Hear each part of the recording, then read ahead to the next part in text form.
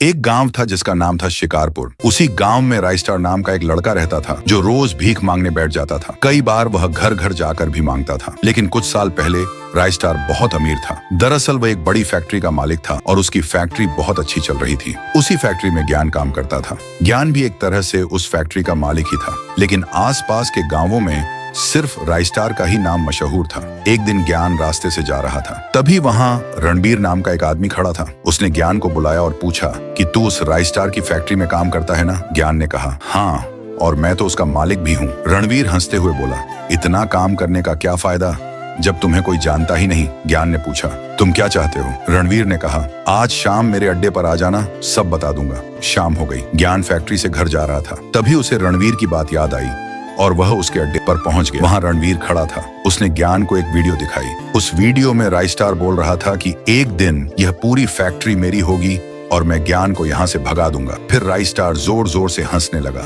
ये देखकर ज्ञान को बहुत गुस्सा आया और वह वहां से चला गया। उसके जाते ही रणबीर जोर जोर से हंसने लगा और बोला, बस यह दोनों एक बार अलग हो जाएं। अगले दिन राइस्टार फैक्ट्री आया। एक आदमी ने आकर बताया कि आज कुछ लोग आए थे और ज्ञान को ले गए।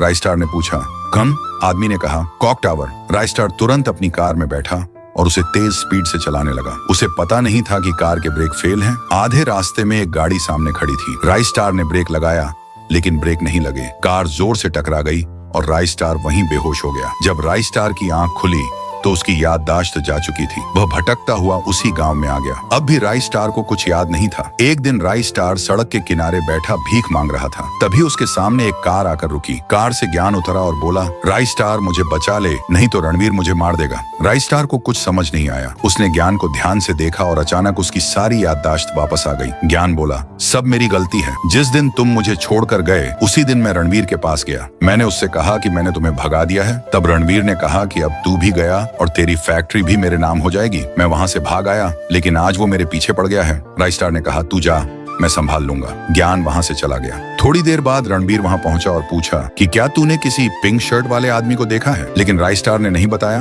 और पल भर में अपनी गन से रणबीर का सर उड़ा।